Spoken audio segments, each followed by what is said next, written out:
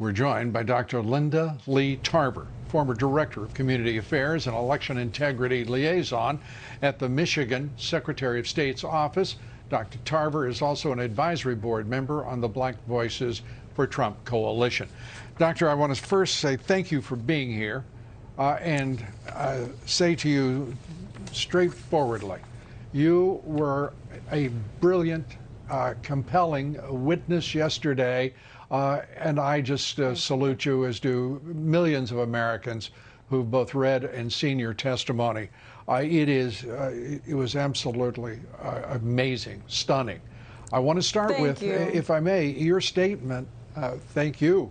I want to start with your statement about the election fraud in Michigan, that this is not the first year that you've witnessed it, but this is the first year that it's affected 74 million Americans, certainly. Your thoughts about whether it's reparable in the state of Michigan, first of all? Absolutely, especially in our urban areas. It has been rampant for years, decades, and it has only empowered those who have not seen any repercussions or consequences as a result. We have seen it. There is touch points in our system that, if the law is followed, would ensure some form of election integrity.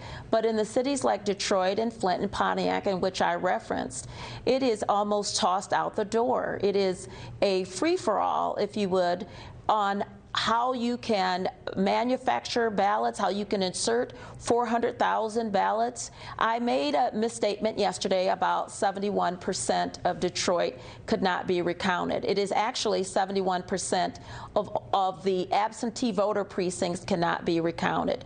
Those are the ones that are in question. And so it was difficult to insert 400,000 people into a precinct, walking into one precinct. But you certainly can find the fraud in absentee voting, and that is where 71% cannot be recounted. And we want to open the ballot boxes. Why can't 71% of the ballots that are in question be recounted, re-examined? Well, they said it's because of clerical errors, that if the precinct does not balance, if you're off a couple hundred or 24 or 4, as the Secretary of State of Michigan has indicated, it is not those small. They should be able to balance their precinct. If you don't have any voters before you in the absentee voting, you should be able to balance that precinct, but for the fact that you may have ballot stuffing going on, you may have overvotes going on, you may have manufactured people. They've changed some of the birth dates to the 1900s, and that it was testified yesterday. That was going on, and because they did not respect the law with respect to poll challengers and Republican poll challengers, we don't have eyes on what was going on, and we need to be able to then go in and find out what's in those ballots. Some of those boxes could contain 900, the vote tally was 900, but in reality it was 300 ballots in the box. We need to see the box, open the boxes. Open the boxes. And is anyone listening to your cry on this? Because the Attorney General of the United States isn't, the Department of Justice isn't, the FBI isn't. This is fraud. This is a politically corrupt Justice Department in Washington, D.C., a politically corrupt FBI, and I don't know whether he's a dullard, a fool, or a liar, but the Attorney General of this country is not enforcing the law. And I don't know what he thinks he's presiding over, but it will not, I guarantee, William Barr, this, it will not be a quiet surrender of this constitutional republic. Not in Michigan, not anywhere in this country. Hear, hear. And, you know, this is not the only person or only entity that can open those ballots. There's no appetite for the governor, the attorney general, or the secretary of state, who are all Democrats, here in Michigan to truly open those ballots and to prove us wrong. Prove us wrong. We know that dead people voted in Michigan. We know there are people who are non-existent. We don't know if they're Martians or where their origins are from, but we know that there are people who are made up. Those things we know for sure. And we know that people are voting at addresses that do not exist in Detroit.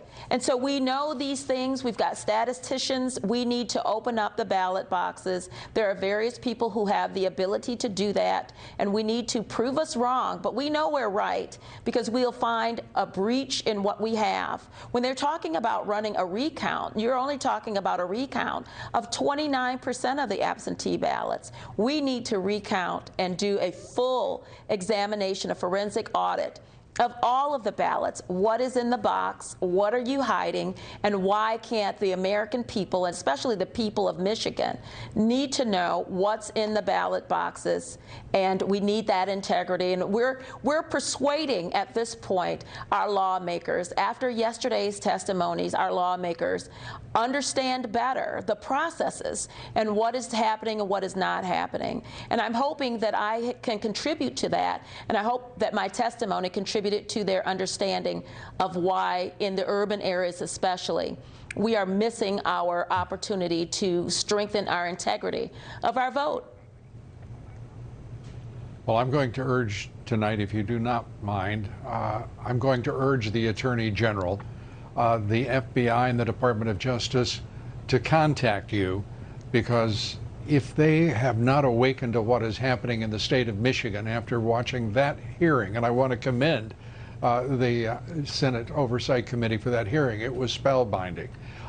Your testimony was absolutely on point. You were educating me and lots of others as you spoke. We are deeply appreciative. Dr. Linda LeeTarver, thanks for being with us. Thank you. We appreciate it. I hope you'll come back soon.